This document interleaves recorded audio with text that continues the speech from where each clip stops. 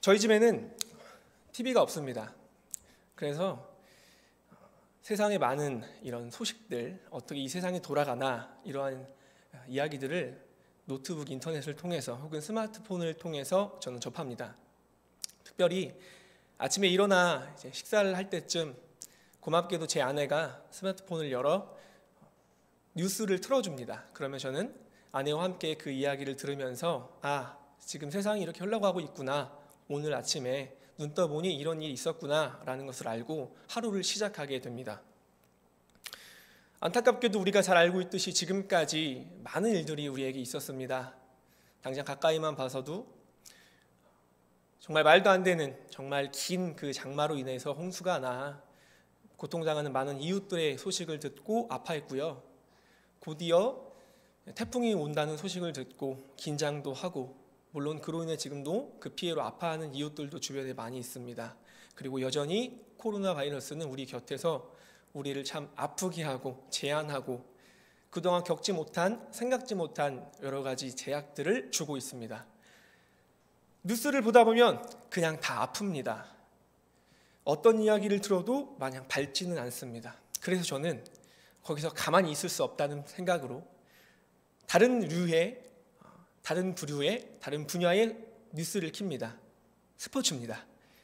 저는 어렸을 때부터 참 구기 종목을 좋아했습니다. 그것도 축구를 되게 좋아했는데, 요즘에는 미국의 이 메이저리그에서 뛰고 있는 지금 현재 시즌이라서요, 우리 유현진 선수와 김광현 선수의 소식을 보곤 듣곤 합니다. 참 기쁘게도 오늘 아침에 김광현 선수가 또 좋은 성적으로 대한민국을 빛내줘서 왠지 모르게 제가 한 것인 마냥 기분이 좋고 그렇게 하루를 시작하게 되었습니다. 제가 어떤 마음으로 그들을 응원할까요? 일단 대한민국 사람이라서도 그렇습니다. 다만 그들을 응원하는 가장 큰 이유는 잘해서 그 좋은 소식을 계속 들었으면 좋겠다. 아마 이런 바람과 생각을 저뿐만 아니라 이 영상을 시청하고 있는 많은 성도들 중에도 있을 거라고 생각을 합니다. 왜 기대를 하죠? 잘하니까요. 메이저리그에 있다는 것만으로도 일단 잘하고 있다는 그 실력을 증명하고 있지만, 한 걸음 나아가 야구를 조금이라도 관심을 갖고 좋아했던 사람이라면 그들의 화려한 스펙과 이력을 알고 있을 것이라 생각합니다. 그 스펙으로 인해서 우리는 기대를 합니다. 잘하겠다, 잘했으면 좋겠다. 이러한 기대감을 가지고 오늘 본문을 함께 살펴봤으면 좋겠습니다. 오늘 본문에서도 아주 화려한 스펙을 가지고 있는 한 남자가 등장을 합니다. 여기 사사시대 때 많은 사사가 있었음에도 불구하고 이 남자만큼은 다른 사사와는 다르게 태생부터 달랐습니다. 본래 임신하지 못하는 여인의 몸에서 태어났던 정말로 태생적으로 기가 막힌 스토리를 가지고 있을 뿐만 아니라 어머니 뱃속에서 잉태되기 전부터 구별되었다고 성경은 진술합니다. 어디 그뿐입니까? 그의 삶은 앞으로 어떠하게 될지 이미 천사가 말했습니다. 사사기 13장 5절 말씀, 이 아이는 태에서 나옴으로부터 하나님께 바쳐진 나실인이 됨이라. 그가 블레셋 사람의 손에서 이스라엘을 구원하기 시작하리라 하시니, 이게 그냥 하나의 이야기로만 생각하면은 그럴 수 있지라고 우리는 쉽게 생각하고 넘어갑니다. 그런데 한번 생각해 보시겠습니까? 당장 내가 임신했는데 내 아이가 그런 삶을 살 것이다 라는 예언을 분명하게 똑똑하게 들었다고 합시다. 얼마나 기대가 될까요? 아마 직분을 떠나서 그 이야기를 들은 사람은 사역자 이상의 아마 기대감과 사명감을 가지고 그 아이를 키우려고 안간 힘을 쓸 거라고 생각합니다. 덧붙여 사사시대에서 총 등장하는 12명의 사사 중에서 하나님의 영이 임한 사람은 5명입니다. 그런데 이 남자는 그 중에서도 무려 혼자만 4번이나 여호와의 영이 임했다고 하는 성경의 기록을 볼 때에, 하나님께서 정말 이 사람은 특별히 더 사랑하신 것 같다라는 생각을 우리는 한 번 정도는 해볼 수 있을 것 같습니다. 여기서 끝이 아닙니다. 사사기를 어느 정도 한번 봐왔던 분이라면 알 수 있습니다. 사사시대 때는 이게 한 사이클이 있습니다. 죄를 지었고요, 부르짖고 징계가 있고, 그래서 회개를 하면 회복을 시켜줍니다. 이 4개가 한 사이클로 계속해서 도는 패턴을 보이는 게 사사기입니다. 그런데 우리가 함께 살펴볼 이 남자의 시대 때는 이 사이클마저 깨부수고 등장합니다. 왜 그럴까요? 일단 특별합니다. 그리고 이 남자는 우리가 잘 알고 있듯이 바로 삼손입니다. 태양이라는 뜻을 갖고 있고 봉사자라는 뜻을 갖고 있는 이 남자, 그의 삶은 이미 화려한 스펙에서부터 우리가 기대하게끔 만듭니다. 어떠한 이야기가 펼쳐질지. 사실 우리야 사사기를 잘 알고 있기 때문에 이미 그 얘기라고 말할 수 있지만, 이 사사기를 처음 접하고 이 사사기를 모르는 사람이라면 이미 사사기는 여기서 끝날 것이다, 기대가 될 겁니다. 그 기대를 가지고 오늘 본문을 보는데, 현재 지금 사사기에서 이 삼손이 태어날 때는 유독 다른 시대 때보다 더욱더 심각한 상황이었습니다. 다른 시대 때 많은 사사시대에 사사가 있었을 시대보다 더 긴 시간 현재 이방 민족에게 지배를 받고 있었습니다. 무려 40년이라고 성경은 기록합니다. 여기서 끝이 아닙니다. 얼마나 막대먹은 시대고 답이 없는 시대였냐면, 워낙 그 시절이 길다 보니 사람들은 하나님께 부르짖을 생각조차 하지 못하는 무력함 가운데 빠져 있었고, 사사기 15장 12절 말씀을 참고했을 때에 지금 같은 민족이 삼손을 체포해 블레셋 사람들에게 넘겨주는 정말 얼토당토하지 않은 모습을 보이고 있습니다. 아니, 본인이 독립운동을 하지 않을 거면 그냥 하지 말지, 독립운동을 열심히 하려고 하고 나름 하나님께서 세우신 사사를 붙잡아다가 갖다 바치고 있습니다. 지금 이럴 정도로 악한 세대가 오늘 우리가 함께 읽고 있던 본문의 시대인 겁니다. 그러하기 때문에 사실 이 글의 독자들은, 그리고 동시대 이스라엘 백성들은 더욱더 기대했을지도 모릅니다. 와, 사사시대는 이제 끝날 거야. 야, 이런 사람이 있잖아, 우리 이제 살았어 라는 생각을 할 수도 있을지 모르겠습니다. 13장 24, 25절 오늘 본문의 앞부분은 이러한 삼손의 스펙을 아주 간단하게 요약을 해줍니다. 여호와께서 그에게 복을 주셨고 여호와 영이 이제 움직이기 시작한다고 합니다. 뭔가 느낌이 옵니다. 뭔가 할 것 같습니다. 그렇게 삼손이 어디를 향하냐면 14장 1절 말씀을 보니 그가 있던 그 땅을 넘어서, 그러니 딥나로 향한다고 합니다. 이렇게 경계선이 있으면 그가 있던 경계선을 넘어서 지금 블레셋 사람이 있는 그 땅 딥나로 넘어가게 되는 겁니다. 이제 시작되었다. 본격적으로 영화 아저씨에 나오는 원빈처럼 쓸어버리겠구나 라는 기대감을 분명히 가질 수 있습니다. 그런데 그의 모습은 어떠합니까? 1절 말씀에 보면 블레셋 사람의 딸들 중에서 한 여자를 보고 여기까지도 기다릴 수 있습니다. 그런데 2절 말씀에 뭐라고 이야기하냐면요, 올라와서 자기 부모에게 말하여.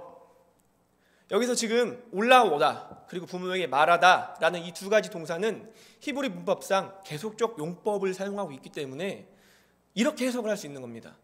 지금 삼손이 딥나로 내려갔습니다. 기대를 합니다. 근데 거기서 한 여자를 봅니다. 여자를 보자마자 지금 집으로 돌아와서 부모에게, 엄마, 나 지금 블레셋 김태희를 만나서 나 결혼시켜줘, 이렇게 말하고 있는 겁니다. 엄마, 나 지금 블레셋 김태희 만났어, 나 무조건 결혼시켜줘. 그 당시 결혼 풍습을 보면요, 남자의 집에서 결혼 지참금을 가지고 여자의 집으로 가고 그 여자의 집에 결혼 지참금을 주고 며느리 될 사람을 데리고 오는 겁니다. 그러하다 보니 삼손은 지금 부모님의 동의가 필요했습니다. 금액이 필요했습니다. 그 금액을 지불해 달라고 말을 하고 있는 겁니다. 그래서 삼손의 말이 얼마나 시건방졌냐면요, 2절 말씀에는 드러나 있지 않지만 그 뜻 안에 나를 위하여 라는 원어적 설명이 있습니다. 뿐만 아니라 그 안에 어떤 이야기가 담겨 있냐면 그녀를 취하여, 그녀를 데려다가, 명령문입니다. 지금 부모님한테 나를 위해서 이 여자를 좀 데리고 와, 엄마 아빠, 이렇게 명령하고 있는 겁니다. 그것도 구별된 자 나실이니, 사사가 말입니다. 당연히 여기까지 이렇게 반응을 하다 보니 그 부모의 입장에서는 어떻게 했습니까? 당연히 말도 안 되는 이야기를 하고 있는 겁니다. 아니, 나실인이라고 부름받던 애가 무슨 하나님의 명령을 어기려고 합니다. 우리는 이미 알고 있습니다. 하나님께서 이스라엘 백성들에게 너희들은 이방 민족과 혼인을 하지 말라고 분명히 말씀하셨습니다. 삼손이 이것을 모르고 있었을까요? 아니요, 알았을 겁니다. 그럼에도 범하고 있는 겁니다. 부모가 얘기했습니다. 말도 안 되니까요. 부모는 알고 있었습니다. 이 삼손이 어떻게 살아갈지를, 그의 존재의 목적을 이미 태어날 때부터 알고 있었기 때문에 극구 만류했을 겁니다. 그런데 이 만류 뒤에 삼손이 어떻게 이야기합니까? 동일합니다. 2절 말씀에서도 동일하게 반복해서 말합니다. 엄마, 아빠, 나 블레셋 김태희 나 봤어. 내 눈에 좋으니까 제발 이 여자를 데려다가 나 아내 삼게 해줘. 동일한 이야기를 하고 있습니다. 이게 삼손의 지금의 모습이었습니다. 나를 위하여 데리고 와. 이 두 가지가 동일하게 반복되고 있는 겁니다.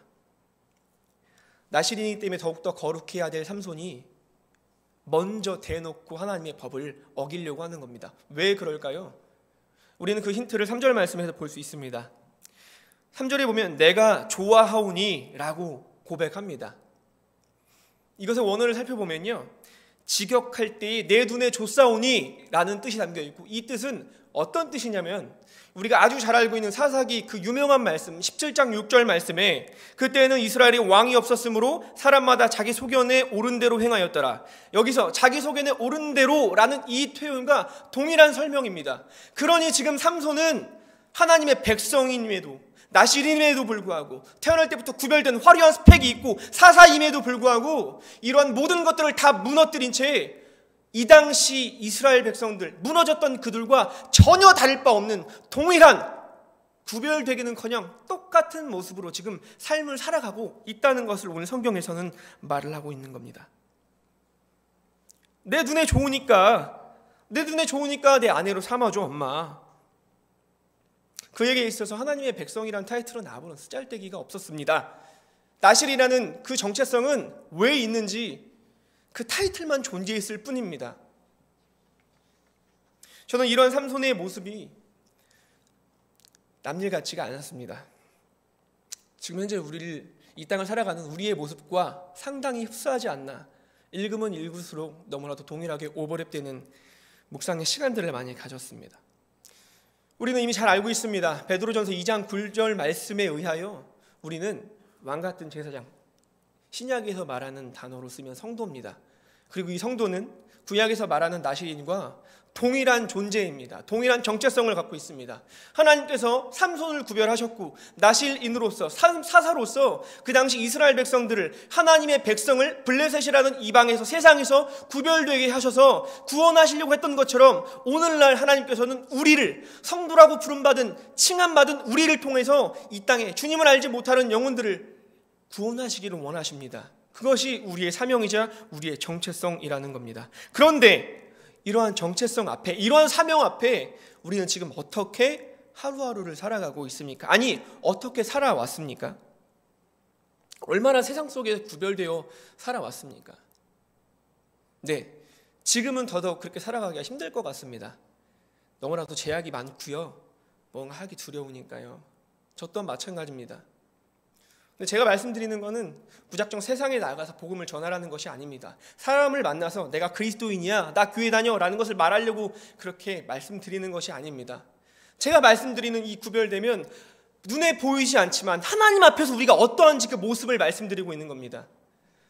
하나님 앞에서 우리가 얼마나 본질을 붙들고 하루하루를 살아가고 있는지를 여쭙는 겁니다. 얼마나 우리가 그렇게 살아왔습니까? 지금 어떻게 살아가고 계십니까? 눈에 보이는 것을 여전히 붙들고 계십니까? 아니면 눈에 보이지 않지만 성경에서 말하는 그 기독교의 아름다운 가치들을, 눈에 보이지 않는 예수 그리스도를 붙들고 살아가고 계십니까? 혹 삼손처럼 우리가 다 알면서도 계속해서 범죄를 지으며 하나님 앞에서 똑같은 죄를 반복하며 살아오지 않으셨는가, 우리 한번 생각해 봤으면 좋겠습니다. 사실 우리는 알고 있습니다, 그게 죄라는 것을. 그럼에도 불구하고 현실을 탓합니다. 현실이 이러하니까 어쩔 수 없지 않느냐, 현실에서 이렇게 하지 않으면 살아남을 수가 없다고, 남들 다 그렇게 한다고, 그러하기 때문에 나도 어쩔 수 없었다고 동일하게 세상이 말하는 눈에 보이는 가치를 무조건 붙들고 살아왔던 우리의 현실이 아닐까, 다시 한번 우리는 오늘 이 말씀을 통해서 돌아봤으면 좋겠습니다.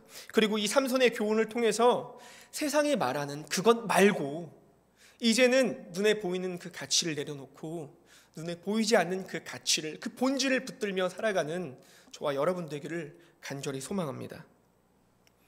안타깝게도 요즘에는 이제 우리가 세상에서 구별되지 않으니까 세상이 우리를 구별하기 시작했습니다. 이 교회 저 교회 손가락질을 합니다. 교회라는 이름하에 우리를 들러리로 세웁니다. 그리고 손가락질을 하고 공격을 합니다. 너무나도 안타깝습니다. 근데 저는요, 조심스럽게 말하건대 이런 안타까움 속에서 우리가 지금까지 만약에 눈에 보이지 않는 기독교의 본질을 붙들고 살아왔다면 이러한 공격에서도, 이런 세상의 손가락질에도 흔들리지 않을 수 있었을 거라고 생각합니다. 왜냐하면 단단하니까요. 우리 마음 가운데 있는 것은 세상의 어떤 그 가치관, 세상의 것이 아니라 하나님의 것, 믿음이 있고 교회가 있고 여러 가지 기독교에서 말하는 아름다운 가치관이 가득 쌓여 있었다면 세상이 아무리 손가락질한들 우리는 흔들리지 않을 수 있었을 겁니다. 아니요, 굳이 세상에 손가락질 할 필요도 없습니다. 코로나로 인해서 모이지 못하고 집에서 우리가 꾸역꾸역 버텨내는 이 삶 속에서 우리가 그동안 세상이 말하는, 아니요, 눈에 보이는 그것을 붙들지 않고 성령이 말하는 그 본질을 붙들고 살았다면 지금 흔들리지 않을 수 있을 거라고 저는 생각을 합니다. 그런데 흔들리고 있습니다. 예배조차 지키지 못합니다. 왜요? 눈에 보이지 않는 가치관만을 찾지 않고 눈에 보이는 것만을 잡으려고 했기 때문입니다. 현실이라는 벽이라는 그 이유로 그 벽이 너무 크다고 그 벽만을 넘으려고 살아왔던 것이 우리의 지난날의 모습은 아닐까 한번 생각을 해보게 됩니다. 이러한 현실 속에서 우리의 그 모습은 아마 삼손의 부모님과 별반 다르지 않았던 것 같습니다. 삼손의 부모님 또한 동일했던 것 같습니다. 이 5절 말씀을 보면 개역개정에서 되게 아쉽게 번역을 하고 있습니다. 삼손이 틈을 타서 블레셋을 치려 함, 이게 아니라 원어적으로 볼 때 하나님께서 틈을 타서 삼손을 통해 블레셋을 치려 했다고 이해하셔야 합니다. 혹 이 말씀이 하나님께서 삼손이 율법을 범하게 했고 그리고 삼손이 일부러 블레셋 여자와 결혼하게끔 된 것은 다 하나님의 뜻이었다라고 우리가 오해할 수 있는데, 그게 아니라 이렇게 연약한 삼손이었고 이렇게 세상 사람들과 타락한 이스라엘과 별반 다르지 않은 삼손인데 하나님께서 그런 삼손을 통해서 그럼에도 불구하고 지금 일을 하시려고 한다는 것으로 우리는 알아야 합니다. 그런데 바로 이 말씀 뒤에 성경은 이렇게 진술합니다. 그의 부모는 이 일이 여호와께로부터 온 것인 줄을 알지 못한다고 합니다. 이 모습도 참 안타까웠습니다. 이 삼손의 부모란 어떤 존재입니까? 이미 그의 아들이 태어날 때부터 알고 있었습니다. 어떤 삶을 살아가야 할지 이미 구별되었다는 것을 알고 있었습니다. 그렇다면 더 본질을 알고 하나님의 뜻을 안다면 더 깨어 있었어야 했던 게 정상입니다. 그러나 그 부모는 그냥 눈에 보이는 게 전부였던 것 같습니다. 이어지는 말씀을 보면 확인해 볼 수 있습니다. 삼손이 부모와 함께 딥나로 내려간다고 합니다. 네, 이 부모님은 졌습니다. 삼손이 이렇게 반율법적으로 하나님의 뜻을 어긋나게 살아간다면 어떻게 해서든 막았어야만 합니다. 반성경적이 아니라면 조금 우리가 구별할 수 있고 조금 우리가 여지를 줄 수 있는 거라면 그래 이해할 수 있겠지만 이것만큼은 막았어야만 했습니다. 왜요? 나실인 가기도 전에 하나님의 율법이었으니까요. 그런데 더더욱 거룩해져야 할 하나님의 백성이 오히려 율법을 어김에도 불구하고 그들의 부모는 졌습니다. 저는 오늘 이 말씀을 통해서 이 시대 부모님의 역할이 얼마나 중요한지를 다시 한번 생각해 보게 되었습니다. 괜찮아, 그럴 수 있지 라고 생각하면서 넘어가는 것들이 얼마나 많은지 한번 우리가 생각해 볼 필요가 있는 것 같습니다. 하나님의 뜻이 아니라면 우리는 분명하게 말을 해야 합니다. 이건 아니라고.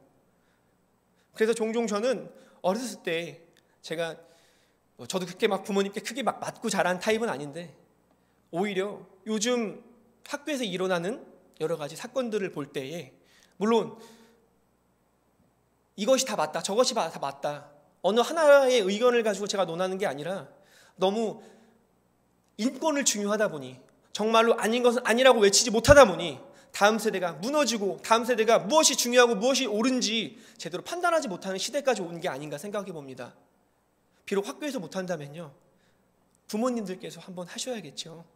정말로 이게 하나님의 뜻이 아니라면 과감히 아니라고 말할 수 있는 그 용기와 결단, 오늘 본문은 우리들에게 동일하게 그것들을 요구하고 있지 않을까 한번 생각을 해보게 됩니다.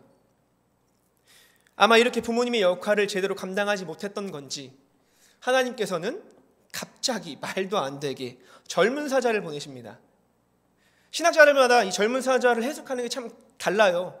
그래서 무엇이 하나가 맞다라고 명확하게 말씀드리기가 어려운데 저는 아모스 3장 8장 말씀에 근거해서 사자가 부르짖은즉 누가 두려워하지 아니하겠느냐, 주 여호와께서 말씀하신즉 누가 예언하지 아니하겠느냐, 이 말씀에 근거했을 때에 이 젊은 사자를 보낸 것은 하나님이 아닌가 생각을 해봅니다.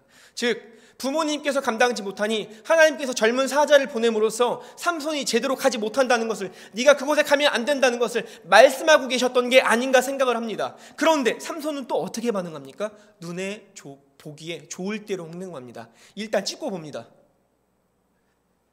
염소 새끼처럼 찢었다고 합니다. 원어를 보면요, 도끼로 장작을 베듯이 갈랐다는 겁니다. 아주 쉽게, 아주 편하게.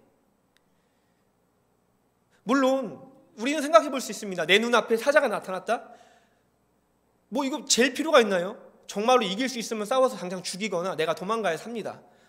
삼손이 사자를 찢어 죽였다는 게 문제가 안 됩니다. 제가 여기서 의문이었던 것은, 찢어 죽였다면 한 번 정도는, 그가 나실인이라면, 하나님의 백성이라면 생각해 볼 수 있지 않았을까요? 사자가 여기 왜 있지? 왜 내가 젊은 사자를 만난 걸까? 한 번 정도는 왜 이 사자가 여기 있는 건지 생각해 볼 수 있었을 것 같습니다. 한 번 정도는 하나님과 연관시켜서 왜 그런지 생각할 수 있을 것 같습니다. 하지만 삼손에게 그런 생각할 여지는 전혀 없었습니다. 왜냐하면 그는 눈에 보이는 대로 행동했으니까요. 사자가 나타났습니다. 죽여야 했습니다. 끝입니다. 그리고 그 사실을 부모님께 얘기하지 않고 돌아가 여자와 대화를 한다고 합니다. 부모님께 왜 말하지 않았을까요? 죄인 것을 알았기 때문이죠. 사자가 죽었습니다. 시체죠. 나실인의 규정상 시체를 만져서는 안 됩니다. 그런데 그것을 알기 때문에 부모님께 굳이 말할 필요가 없던 겁니다. 그런데 부모님께 말하지 않았다고 하는데 바로 뒤 이어지는 말씀을 볼 때에 그 여자와 함께 말했다고 합니다. 그 내용이 어떤 건지는 상관이 없습니다. 성경을 기록한 이 저자는 부모님께 말하지 않았던, 눈에 보이지 않는 것은 비껴내고 말하지 않은 것과 자신 눈에 보였던, 자신의 눈에 예뻐 보였던 그 여자에게 와서 말했던 것을 대조해서 설명하는 것을 우리는 생각해 볼 수 있습니다. 여기서 끝이 아닙니다. 본문에 의하면 삼손은 얼마 후에 그 여자를 아내로 맞으러 갑니다. 그런데 다시 한번 마주합니다. 자신이 죽였던 그 사자. 시체라면 우리는 일반적으로 굳이 다가가지 않습니다. 아시잖아요. 도로에 강아지가 있건 고양이가 있건 정말 로드킬 당했던 고라니만 있어도 우리는 비껴갑니다. 그런데 사자 삼손은 그게 범죄인 것을 알매도 불구하고 일단 갑니다. 참 대단해요. 율법 범하는 것에는 일인자 같아요. 이미 그가 갖고 있는 화려한 스펙은 아무런 의미가 없어진 그런 상황이었습니다. 그리고 가만 보니까 거기에 벌꿀과 벌떼가 있습니다. 그가 다가간 이유는 간단했습니다. 아름답게 정말로 먹음직스러운 벌꿀이 있었기 때문입니다. 이 당시 벌꿀은 희귀한 음식이었다고 합니다. 나름 부자인 사람들이 먹는 사치 음식이었다고 합니다. 그러니 눈에 보이는 것이 전부였던 삼손에 안 다가갈 수가 없겠죠. 그래서 되게 웃긴 것은, 재밌는 것은 이 당시 이 벌떼, 벌이라는 것은 지금 우리가 생각하는 곤충과는 조금 더 인식이 달랐다고 합니다. 이 벌이라는 것은 그 당시 전쟁에 사용되는 무기 중 하나였다고 구분짓습니다. 그런데 아니, 이 정도면 양봉업자가 아니더라면 다가가지 않을 텐데 삼손은 그냥 갑니다. 왜요? 꿀이 있기 때문에. 본인의 눈에 보기에 아주 먹음직스러운 꿀이 있으니까 그것을 아무런 거림칙 없이 그냥 먹고 그 먹은 것을 그의 부모에게 갖다 줍니다. 오늘 말로 전파자입니다. 슈퍼 전파자. 부정을 여기저기 뻗뜨리는 게 바로 삼손의 모습입니다. 이처럼 삼손은 자신이 눈에 좋을 대로만 계속해서 행하는 삶을 살아갑니다. 솔직히 인간적으로 좀 넉넉함으로 우리가 삼손의 모습을 바라보면요, 뭐 그럴 수 있지, 한 번 정도는 그럴 수 있어, 괜찮아 라고 생각할지도 모릅니다. 저도 뭐 제 스스로 그렇게 장치를 걸을 때가 있으니까요. 부끄럽지만 여전합니다. 이 죄성으로 인해서 아님에도 불구하고 한 번 하고, 이거 한 번 한다고 해서 막 큰일 나겠어? 삼손에게도 이 정도는 우리가 충분히 이해할 수 있을 것 같습니다. 여러분, 하지만 우리가 이미 알고 있죠. 죄를 모르면서 짓는 것이 아닙니다. 알면서도 짓습니다. 알면서도 짓는 게 우리의 연약함입니다. 문제는 이것입니다. 한 번 지었을 때 그럴 수 있지가 문제가 아니라 이것이 반복되다 보면 사람이 변한다는 겁니다. 눈에 보이는 것만을 추구하는 그 모습을 계속해서 반복하다 보면 우리의 시선 자체가 변하게 된다는 겁니다. 큰 패착을 낳는 삼손의 모습을 우리는 뒤에서 확인해 볼 수 있습니다. 여러분, 하나님께서 얼마나 삼손에게 경고했습니까? 그거 아니야, 가지마. 부모님을 통해서 말했고요. 사자를 통해서 말했고요. 지금 벌떼를 통해서도 말했습니다. 하지만 계속해서 삼손은 어기고 나아갑니다. 뒤이어지는 내용도 우리는 달고 있습니다. 들릴라의 사건을 보면은 결국 여기서 제가 좀 의아합니다. 아니, 삼손이 지금까지 행태로 봤을 때는 뭐 율법 하나 범하는 거는 아무것도 아닌데 이상하게 머리 깎이는 것만큼은 지키려고 합니다. 왜 그럴까요? 곰곰이 생각을 해봤습니다. 나시린의 규례 중 하나였던 이것, 아마도 삼손에게는 이것이 눈에 보이는 행위였기 때문일 겁니다. 독주 먹는 거나 시체 만드는 거나 누가 보지 않으면 아무런 의미가 없습니다. 행하면 그만입니다. 보지만 않으면 됩니다. 하지만 머리털 잘리는 거는요, 잘리면 티가 납니다. 즉 삼손의 문제는 지금 단순히 눈에 보이는 걸 하나를 했다는 게 아니라 그의 인식은 변해서 그가 지켜야 할 것은 눈에 보이는 것, 그거 하나로 그의 삶은 일단 규정되어진 겁니다. 이것만 하면 되지 뭐. 그는 적어도 눈에 보이는 것만큼은 그러지 말아야겠다고 생각했던 것 같습니다. 아주 삼손스러운 모습입니다. 그렇기 때문에 그의 안타까운 패착은, 결국 그의 삶의 실패는 결국 그가 갖고 있던 그 힘이 하나님으로부터, 눈에 보이지 않는 하나님으로부터 주어졌다는 사실이 아니라 머리카락, 그가 눈에 보이는 것만을 지키려 했던 거기서부터 그의 힘이 나왔다고 착각했던 겁니다. 그로 인한 삼손의 결과는 어떠합니까? 결국 두 눈 다 뽑히고 블레셋의 노예가 됩니다. 그것이 바로 삼손의 운명입니다. 앞에서 말씀드렸던 것처럼 어쩌면 우리는 여전히 삼손과 같은 모습으로 살아오지 않았나 한번 생각을 해봅니다. 우리는 지금까지 그렇게 살아왔을 수도 있습니다. 오늘도 그렇게 살았을 수도 있습니다. 그런데 한번 생각해 봤으면 좋겠습니다. 계속해서 한 번 정도는 괜찮아, 그럴 수 있지, 눈에 보이는 것을 쫓았을 때 우리에게 큰 일이 일어났습니까? 아니요, 안 일어났습니다. 그러니 한 번, 두 번, 세 번 동일하게 이 위안을 통해서 합리화를 시켰던 겁니다. 그런데 여러분, 그거 아세요? 우리가 이렇게 스스로 합리화했을 때도 하나님께서 우리를 무너뜨리지 않은 것은 우리를 긍휼히 여겨주셨기 때문입니다. 괜찮아, 그럴 수 있지, 내가 이거 한 번을 고백했을 때 우리는 이미 하나님 앞에서 무너지고 심판받아도 합당한 사람들인데 하나님께서는 우리를 긍휼히 여겨주셨던 겁니다. 이렇게 고백할 때에 눈에 보이는 것만을 쫓고 괜찮아, 그럴 수 있지, 한 번 또 고백했을 때 하나님께서 우리에게 경고하시지 않았을까요? 아니요. 제 경험상 한 번, 두 번, 세 번 계속해서 경고했었을 겁니다. 그럼에도 불구하고 우리는 듣지 않았지만 하나님은 여전히 우리를 긍휼히 여겨주셨습니다. 지금까지는 아무런 문제 없이 살아왔을 수도 있습니다. 하지만 지금은 아닙니다. 오늘날은 아닙니다. 이제는 괜찮아, 그럴 수 있지 라는 합리화 속에서 우리가 눈에 보이는 것만을 쫓아서는 안 됩니다. 이제 우리는 본질을 봐야 합니다. 눈에 보이는 세상의 것들을 다 내려놓고, 아니요, 이미 눈에 보이는 것들을 보게끔 만드는 시대가 점점 저물어지고 있습니다. 눈에 보이는 게 없습니다. 그렇게 만드셨습니다, 하나님께서. 그래서 저는 이러한 시기에 우리가 봐야 될 것은, 그럼에도 불구하고 그동안 보지 못했던 것, 그동안 놓쳤던 그 본질을 봤으면 좋겠습니다. 기독교의 본질은 십자가, 기독교의 본질은 예수 그리스도. 우리가 정령 교회인가, 나는 그동안 온전한 그리스도인으로 살아왔는가, 이 기독교에서 말하는, 성경에서 말하는 기본적인 가장 중요하면서도 기본적인 가치들을 다시 한번 바라보는 저와 여러분이 되었으면 좋겠습니다. 지금이 바로 그때라고 생각을 합니다. 비록 현실은 계속해서 우리에게 억압하고 우리의 많은 것들을 제한할지 몰라도, 우리가 지금은 우리 눈에 보이는 게 우리가 원하는 그 욕구와 어떤 세상의 것이 아니라 어려움밖에 없을지라도, 지금이라도 우리가 우리의 눈을 들어 눈에 보이지 않았던 성경의 그 아름다운 본질과 가치관들을 볼 때에 우리는 그 안에서 자연스럽게 참된 소망을 다시금 품고, 아무리 세상이 우리를 들추려고 하고 우리를 흔들려고 해도 우리는 넘어지지 않고 믿음의 반석 위에 굳건하게 세워지게 될 줄로 믿습니다. 우리는 삼손의 최후를 잘 알고 있습니다. 그가 어떻게 죽게 됩니까? 함께 사사기 16장 28절을 읽어봤으면 좋겠습니다. 삼손이 여호와께 부르시져 이르되, 주 여호와여 구하옵나니 나를 생각하옵소서. 하나님이여 구하옵나니 이번만 나를 강하게 하사 나의 두 눈을 뺀 블레셋 사람에게 원수를 단번에 갚게 하옵소서. 아멘. 삼손은 두 눈이 뽑히고 나서야 알게 된 겁니다.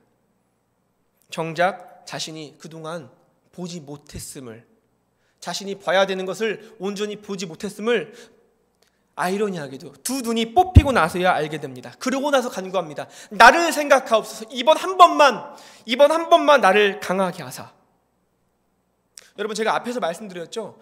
사사시대 때 이 삼손은 이 사이클을 깨부신 사람이라고. 하나님께서 이스라엘 백성들이 부르짖지 않았는데 삼손을 사사로 세우셨습니다. 그런데 그 부르짖음이 여기에서부터 시작됩니다. 이스라엘은 부르짖지 않았지만 삼손이 부르짖습니다. 그러하니 어떠합니까? 이제서야 그 패턴이 돌아왔습니다.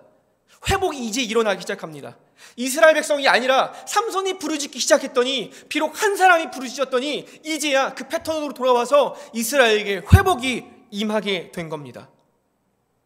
나를 생각하옵소서. 구하옵노니 이번만 나를 강하게 하사.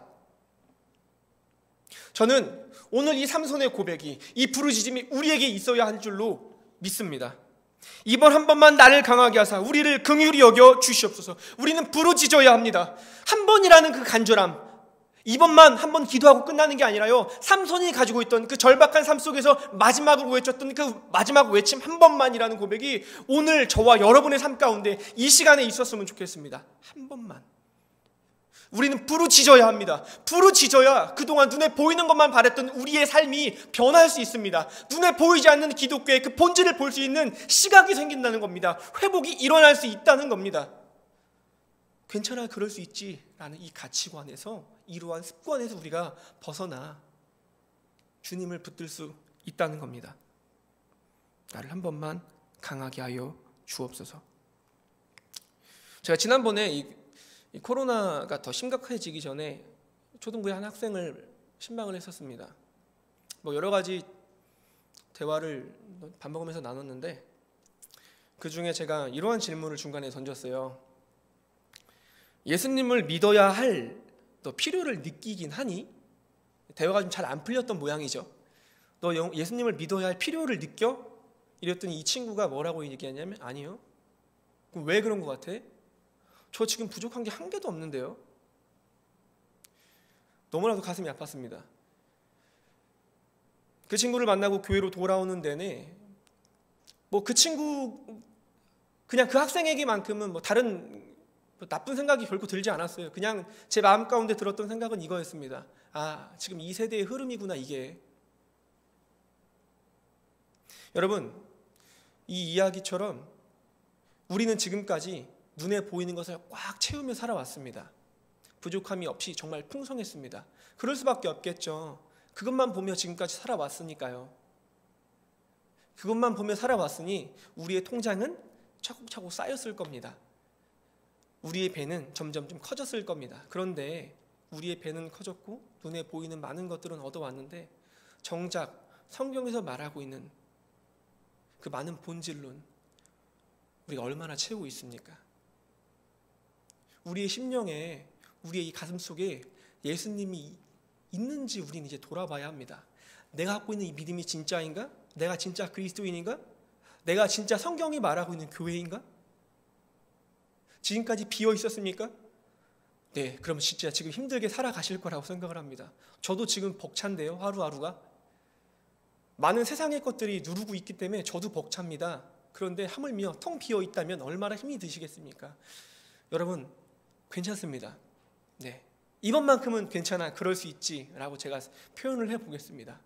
근데 이제서는 안 됩니다. 이제만큼은 우리가 우리의 텅 비어있던 이 심령에 예수 그리스도로 채워야 합니다. 성령 하나님 찾아와 주셔야 합니다. 기독교의 그 본질을 어떻게든 찾아야 됩니다. 그 십자가를 우리 가슴속에 분명하게 새겨야 합니다. 지금은 그럴 때입니다. 바라기는 오늘의 이 시간을 통하여, 이 삼손의 스토리를 통해서 우리의 연약함을 과감하게 하나님 앞에 인정을 하고, 우리가 앞으로 봐야 될 것은 세상의 것이 아니라 세상에서 그동안 말하고 외쳤던 그 무언가의 가치관이 아니라 성경에서 말하고 있는 그 본질, 그것들을 하나하나 바라보며 다시금 회복을 맛보는 저와 여러분이 되었으면 좋겠습니다. 예수님께서도 그러셨잖아요. 33년의 공생애 가운데 이 땅에 오셔서 계속해서 강조하셨던 건 눈에 보이지 않는 하나님의 나라였습니다. 여기 하나님의 나라가 있잖아. 말씀을 하셨죠. 하지만 눈에 보이지 않는 그 하나님의 나라를 계속해서 그의 제자들과 많은 사람에게 설명하셨습니다. 오늘날 우리에게도 말하고 계십니다. 하나님의 나라를 눈에 보이지 않지만 우리가 품어야 되고, 우리가 간절히 간구해야 되고, 우리가 소망해야 한다고, 그 가치를 이 시간 붙잡는 여러분이 되었으면 좋겠습니다. 예수님의 음성을 들었으면 그 음성을 귀 기울여 실천해내는 여러분이 되었으면 좋겠습니다.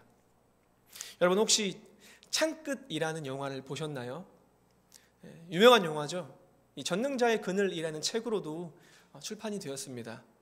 이 영화, 이 책은 순교한 짐 엘리엇 선교사님의 이야기를 담고 있습니다. 내용을 간단하게 말하자면 이 짐 엘리엇 선교사님은 대학생 때 어쩌다가 살인 부족이라고 할 수 있는 아우카 부족에 대한 이야기를 접했다고 합니다. 그런데 이 이야기를 한번 듣고 나서 이 상황이 계속해서 그들만 생각하면 죄책감이 들고 불편해졌다고 합니다. 그리고 그 불편함은 이후 그들을 향한 갈망과 사랑으로 바뀌고, 그 갈망과 사랑은 복음에 대한 열정으로 바뀌게 되었습니다. 그래서 그는 결단합니다. 내가 떠나겠습니다. 저를 보내주옵소서. 그렇게 일정 시간이 흐른 뒤 28의 나이로 그는 4명의 동역자와 함께 경비행기를 타고 여전히 아직까지 복음을 들을 수 없던 에콰도르 그 밀림으로 가서 그들을 만나려 합니다. 그들의 위치를 대략적으로 파악하고 경비행기를 착륙시킬 수 있는 곳으로 갑니다. 그리고 거기서 내리고 그들이 만나게 될 것을 기다립니다. 하루, 이틀, 3일, 며칠 뒤에 그들이 나타났습니다. 창을 들고. 그들은 인정사정 없이, 그리고 짐 엘리엇 선교사님이 들었던 그대로 그곳에 있는 5명의 젊은 선교사님을 무참하게 살해합니다. 죽입니다. 이후에 이들의 시체가 강에 곳곳이 떠나다니는 것을 자국이 발견하고 아주 이들을 비판합니다. 이들을 죽인 인디언 그 부족을 비판한 게 아니라 얼마나 무의미한 죽음인가, 그들의 어리석음을 비판합니다. 하지만 이 비판 앞에 짐 엘리엇 선교사님의 아내 되시는 엘리자벳 선교사님께서는 짐 엘리엇 선교사님이 돌아가시기 전 썼던 일기장을 가지고 세상에 공개를 합니다. 그 일기장에는 이렇게 쓰여 있습니다. 아마 이것도 들어보셨을 거라고 생각을 해요. 영원한 것을 얻고자 영원할 수 없는 것을 버리는 자는 바보가 아니다. 비록 28살, 저보다 더 한참 어린 동생의 나이였어요. 선교사님은 알았던 겁니다. 고린도후서 4장 18절의 이 말씀을, 우리가 주목하는 것은 보이는 것이 아니요 보이지 않는 것이니 보이는 것은 잠깐이요 보이지 않는 것은 영원함이라. 아멘. 바라기는 오늘 함께 이 말씀을 나누는 모든 하늘빛 우리 교회 가족 여러분들께서 이 말씀을 통해서 지난날 내가 붙들어왔던 세상의 가치관, 눈에 보이는 것만 쫓으려고 했던 그 어리석은 모습들을 이젠 내려놓고 잠깐 이 세상에서 쥐면 쥐었다가 죽으면 그 어떤 것도 가져갈 수 없는 세상의 것을 다 내려놓고 주님께서 말씀하고 계시는, 그리고 성경에서 말하고 있는 그 영원한 가치, 더욱이 이 시대에 더욱더 필요한 그 가치, 그것을 붙들고 다시금 회복하고 일어나시는 우리가 되기를 간절히 소망합니다. 참된 교회가 되시는 여러분이 되었으면 좋겠습니다. 예배가 되는 여러분이 되었으면 좋겠습니다. 온전한 그리스도인, 아니 이 시대에 정말 필요한 정신 차린 삼손이 되는 여러분 되시기를 간절히 소망합니다. 제가 마지막으로 한 가지 질문만 여러분들께 드리고 말씀을 마무리하고 함께 기도의 자리로 나아가겠습니다. 여러분은 지금 무엇을 보고 계십니까? 우리 함께 믿음으로 서리라 찬양하시면서 기도의 자리로 나아가겠습니다.